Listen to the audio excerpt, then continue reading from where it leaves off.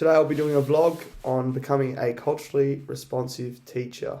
As an up-and-coming graduate teacher, I've learnt the importance of the ATL standards 1.4 and 2.4. 1.4 focuses on strategies for teaching Aboriginal and Torres Strait Islander students. It allows you to recognise the cultural, linguistic and educational needs of these students and provide strategies that are effective and create supportive learning environments. So Standard 1.4 supports their wellbeing and sense of self, lets us to provide a culturally responsive understanding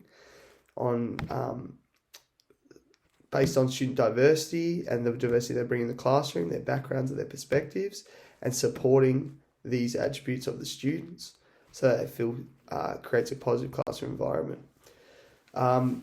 Creating learning opportunities through culturally responsive teaching strategies will help make better connections and help them make better connections through their learning. Within this standard, it can help bridge the gap between non-Indigenous and Indigenous Australians by creating better learning outcomes for Indigenous students.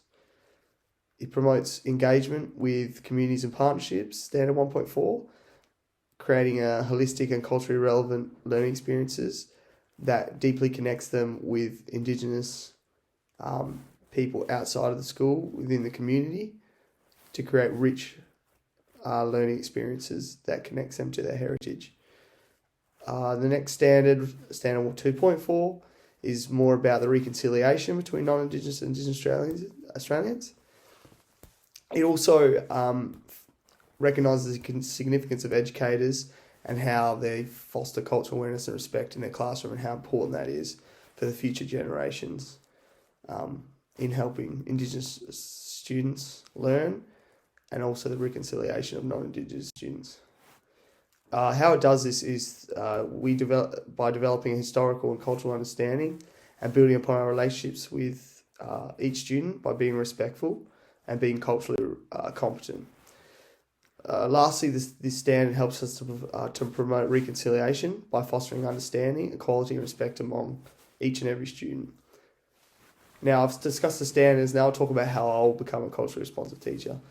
Well, that process is going to be forever lasting, as it's a constant reflection and work in progress, as we all can strive to achieve to be better in this area. I will do this by reflecting on my own beliefs, biases from my own experiences and background and reflect on those.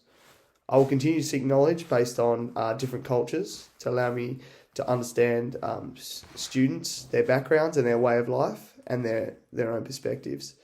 I want to create a classroom where it's a safe and supportive learning environment, where everyone's encouraged to share who they are and their experiences based on their cultures and perspectives, so that everyone feels included and like they can learn at their best.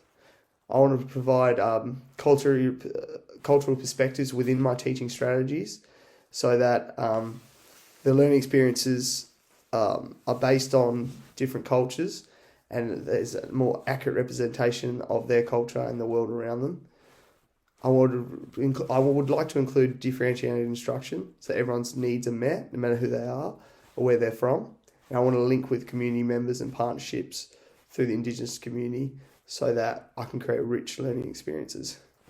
I want to continue to reflect on my own practices, undertake professional learning, and constantly improve my understanding of the best research practices and seek feedback from others about being a culturally responsive teacher, to make sure I'm continually upskilling myself in these areas so I can become a better teacher for the future and for the future of both non-Indigenous and Indigenous students.